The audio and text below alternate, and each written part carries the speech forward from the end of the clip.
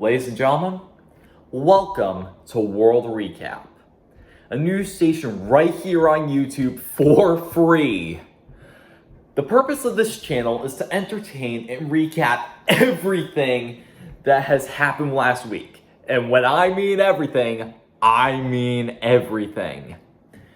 Gaming, films, TV, food, fashion, music, books, social media, politics, and especially Beer Peninsula news.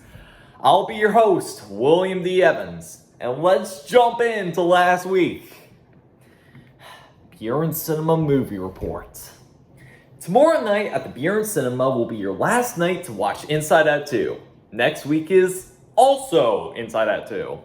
Why? Why doesn't Taylor Swift, Barbie, or Five Nights at Freddy's get 2 weeks, but this movie does? I guess I'll just have to watch this movie to see why it deserved a 2-week time span. Thomas Amusements 2024. Well, Thomas Amusements came and went this week, and with it came the entire peninsula who was there. But there was also some minor controversy, if I do say so for myself. That, you see, a very important attraction was missing from the ride lineup. The cages. They weren't there at all or present, thus making a lot of people not go to Thomas Amusements this year. And to that I say, there are so many other rides, like besides the cages you could go on. Like, for example, the Cliffhanger and the Starship 3000 are for the, like, coaster junkies. There's, like, the Tornado and Scrambler, which are a blast to have with friends. They're like the Great Carnival games, if you enjoy those. So, like, why be focused on just one attraction when, like, there's an entire package to enjoy? Nintendo Direct, June 2024. Finally, a new Nintendo Direct has appeared. This Nintendo Direct was somewhat small, very AA releases that are meant to guide us into the next Nintendo console that will be announced and dated next year, or like within this fiscal year, meaning like the year for sales. So let's take a look at the headlines they showcased off in that Direct, shall we? Mario and Luigi Brothership. Okay, this was not on my bingo card. To be fair, I did not print a bingo card, but no, they got me. The Mario and Luigi series, a series of RPGs starring the titular Mario brothers as they go through various and new original ideas only found within these games. Like, for example, they went inside Bowser's organs in one of them. But the series has been in a, like, limbo state ever since the developer of those games, Alpha Dream, went bankrupt for a very stupid decision. They just, like, remade the Mario and Luigi games on 3DS when the Nintendo Switch is alive and well. In many ways, it seems that this new, like, there's a new developer taking the mantle of, like, the Mario and Luigi series. Like, and it looks like a decent continuation, like a new and interesting world, like a lot of household appliances as characters now. Very nice looking combat, and like the art style, it looks fake. You know, it looks like the art styles you would find like for like a bunch of like you find these art styles for like fake Nintendo videos in the mid 2000s, but still. It looks good. Nintendo World Championships NES Edition. This game was announced last month, and it looked and still looks like an inferior NES remix. Nintendo World Championships NES Edition is a series of bite-sized challenges of various NES games. The goal here is to get the world record. I don't know, like, I think it would get repetitive playing a challenge for like 8 seconds, like getting the results, exiting into the menu, and selecting a new challenge. But the legendary challenges look longer and more fulfilling. I just think the legendary challenges should have been like the main part of the game, and not like the smaller 5-second ones.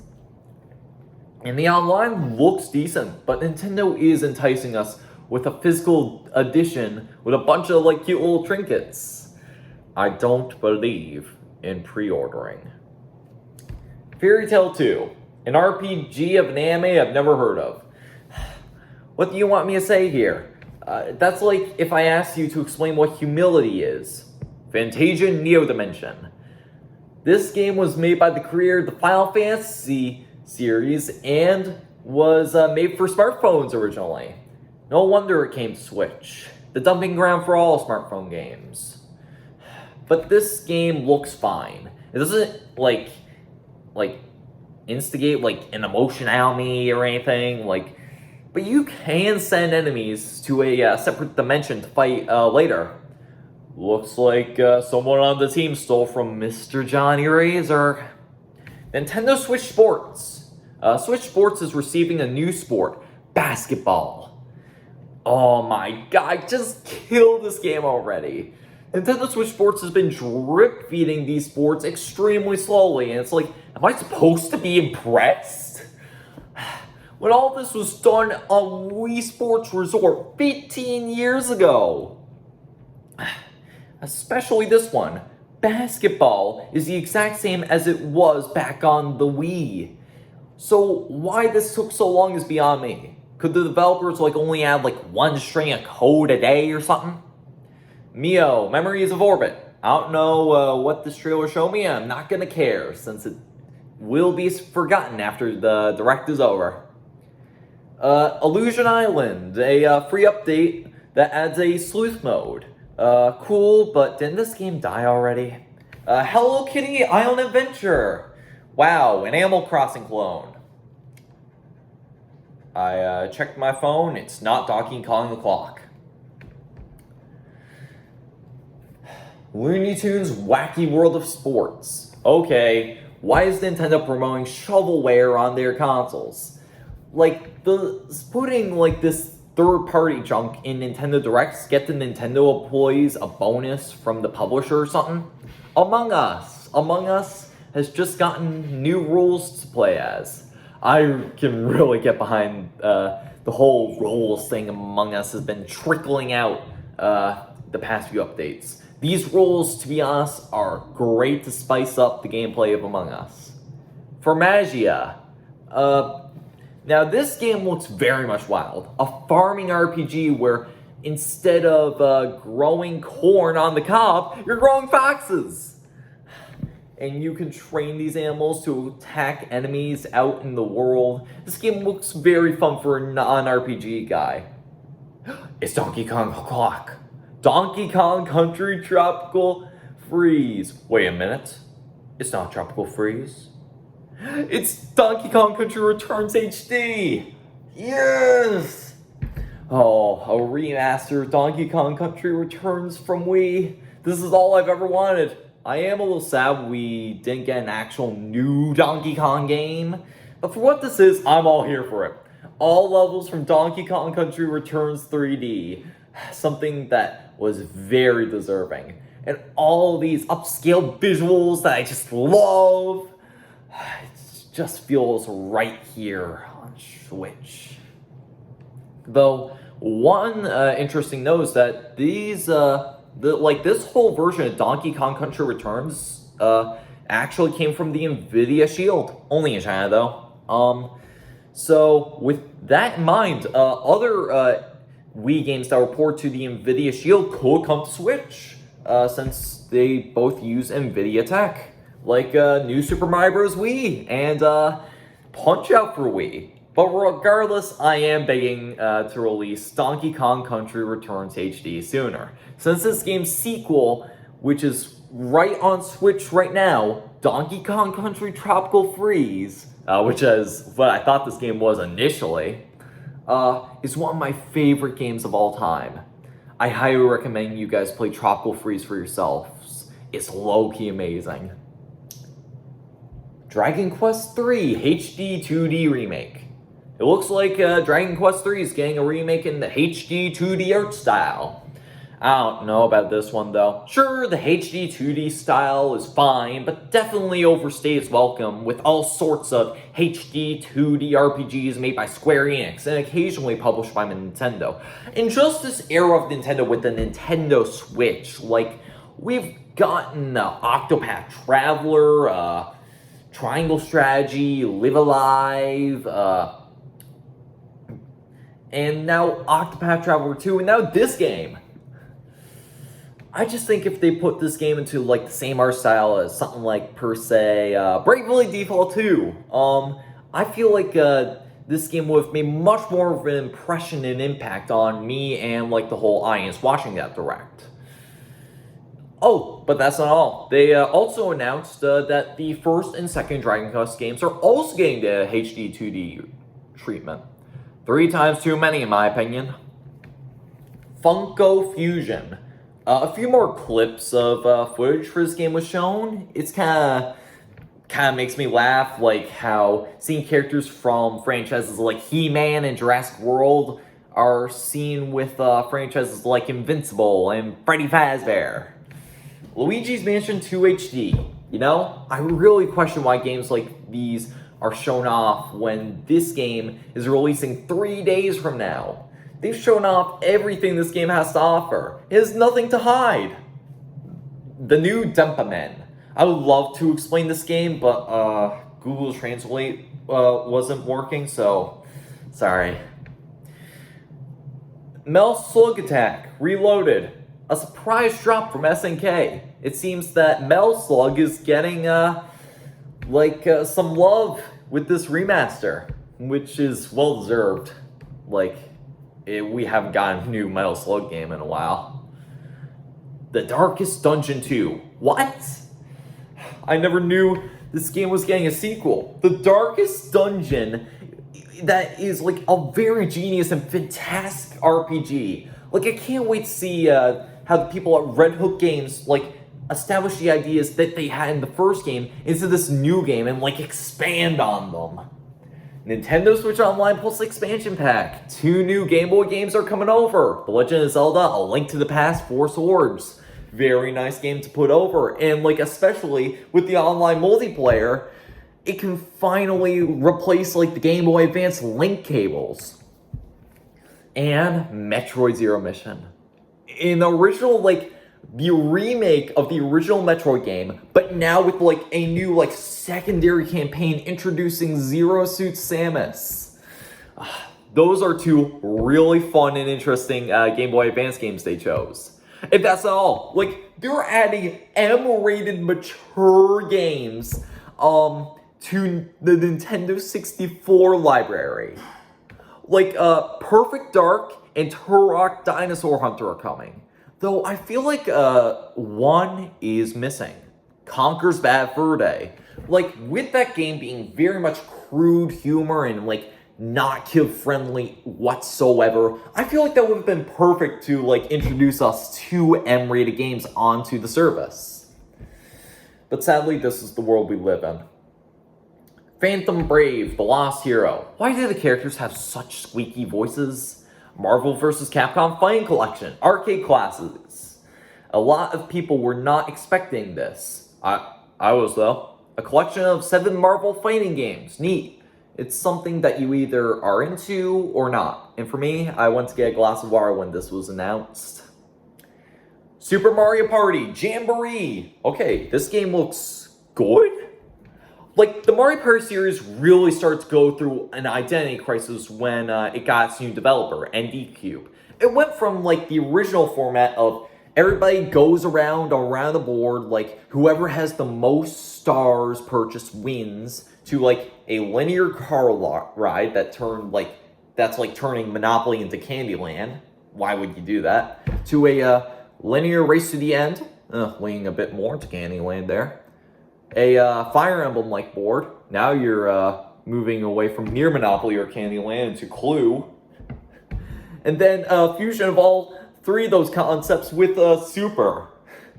Yeah, that game back in 2018 was extremely wild. But then they just went with Mario Party Superstars and remade the original boards. That actually made that into the first ever well-received Mario Party game since DS or 8, whichever came first. I'm not sure about which one. But yeah, 5 unique boards are coming. Like, these boards look amazing and are boards that you would expect in the original Mario Party developers to have made. And they're remaking 2 of the original boards from Mario Party 1 and 2. Western Land, which is an amazing introduction. Western Land is a fan favorite, and I can't wait to finally play that one. And Mario's Rainbow Castle. I don't know about that one, I would prefer something I don't know, Luigi's Engine Room or DK's Jungle Adventure be put in. And I'd rather walk on Braille than my intestines. Also, 110 minigames are coming over. A lot of people were not expecting that, but for me, I was expecting 110 minigames since, it's been 6 years since we've had some original minigames. They have had a lot of time to think of some. The Legend of Zelda Echoes of Wisdom. A Zelda game that features Link getting kidnapped and Zelda having to rescue him? Neat idea. Echoes of Wisdom seems to be more focused on the puzzle side of Zelda games, where instead of playing as Link with his sword, attacking enemies, you instead play as Zelda with the ability to copy and paste various things around the environment. I really think this has so much potential. They can do things beyond my creative capabilities, in terms of puzzles. Though I feel a lot of people are gonna break the game with this whole ability. Just Dance 2025 edition. Wanna know something sad about this game? It's not even an actual game. It's just download code for new songs on the Just Dance app on Switch. Yeah, Just Dance is just a subscription service now, so that's one more fee to worry about. Lego Horizon Adventures. What? A Sony game marching on Nintendo's consoles? That's a damn invasion.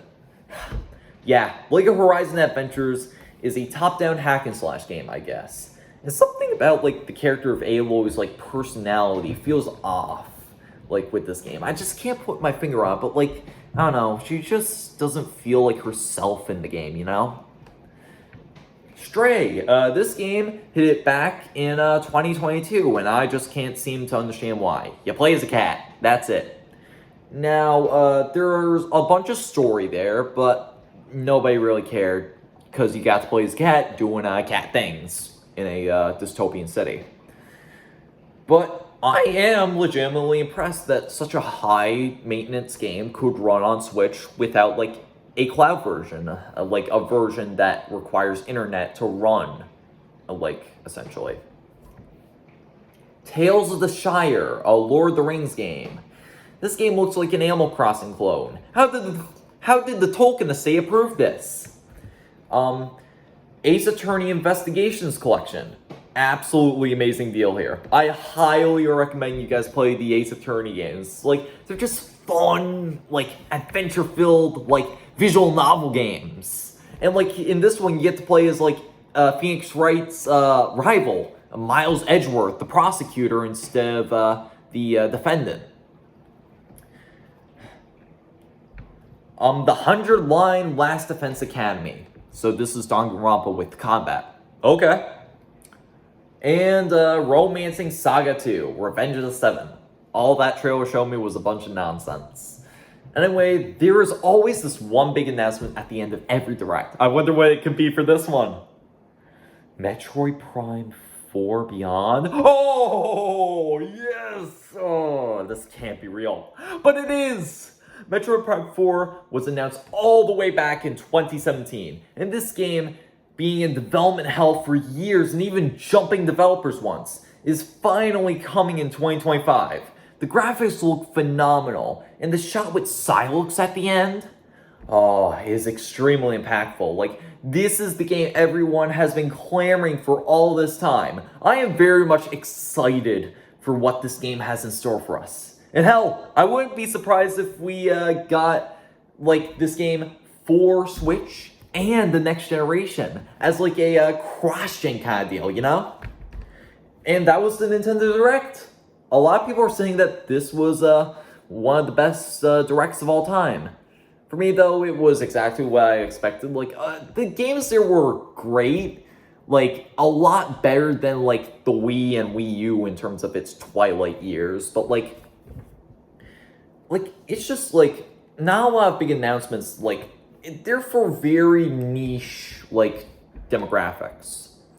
But, like, that's what I like about it. Like, not every game has to be, like, massive or, like, impactful in a way. Like, you know?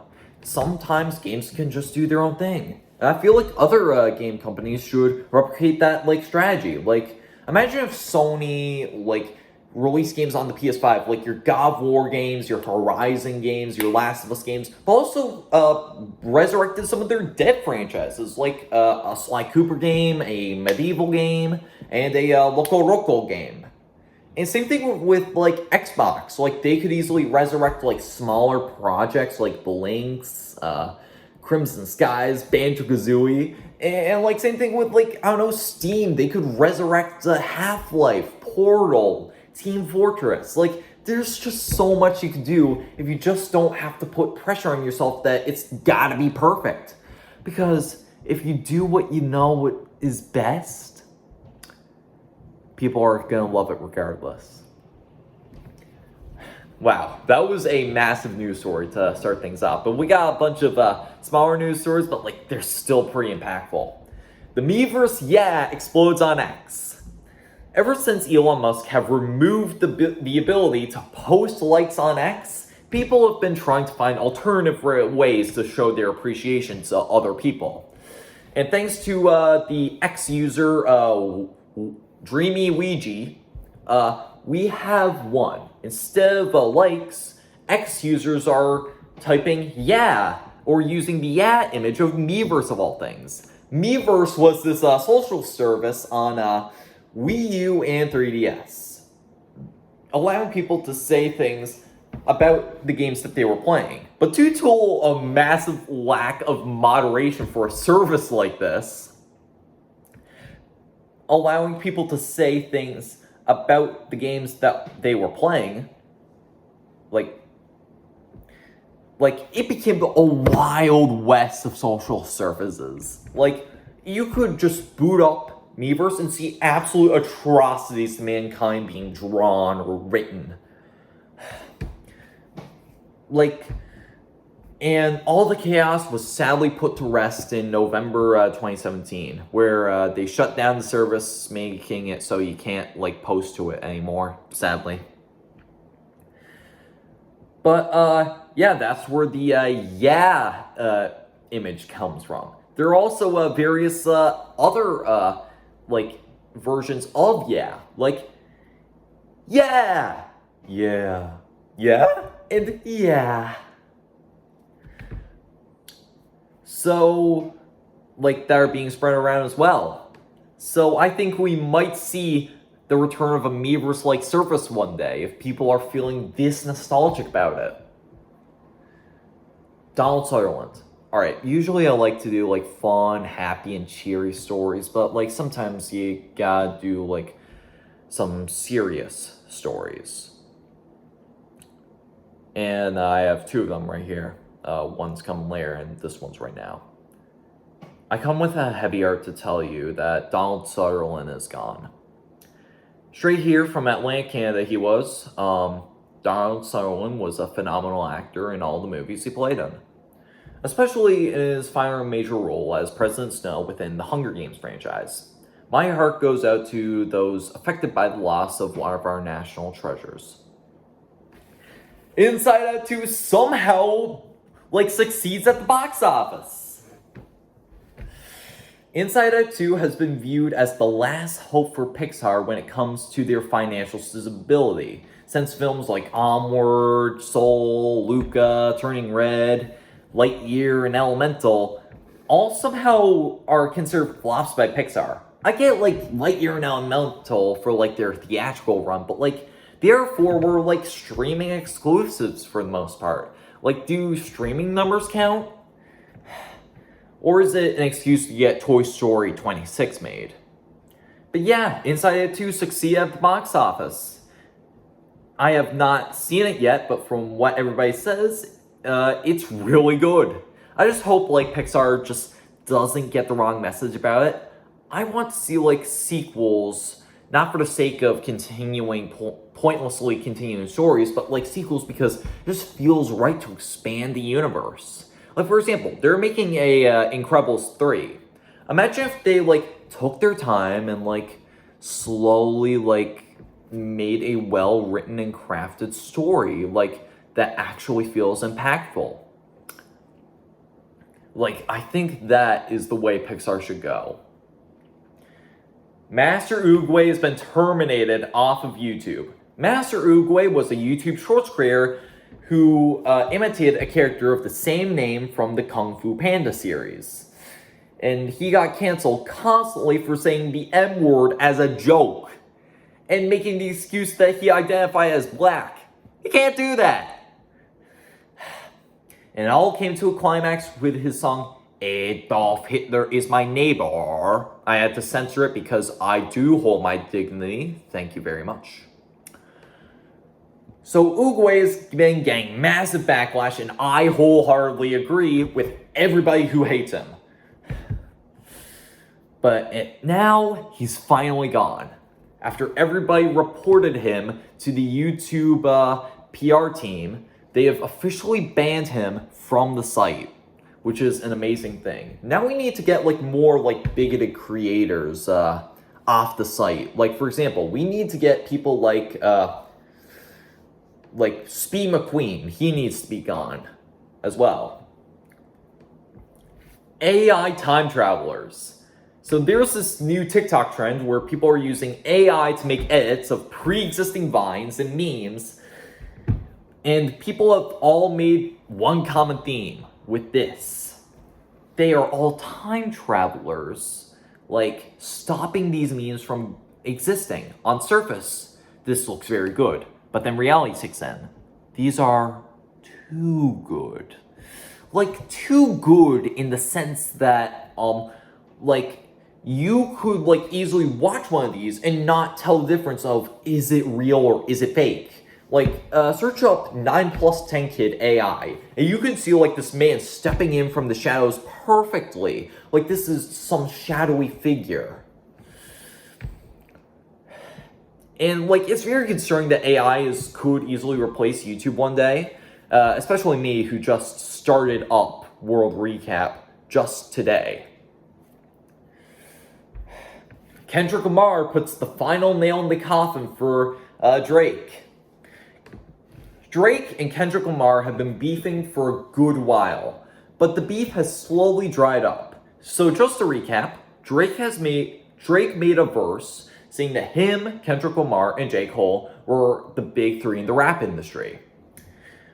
But then Kendrick responds saying, "Mother frick the big three, it's just only Big Me." J. Cole tried to fight back, but he said sorry after one blow from Kendrick. So that left Kendrick and Drake to be fighting for a while, throwing disses left and right. But then it all came to Not Like Us, where Kendrick stated that Drake was a PDF file. And after that, things went silent.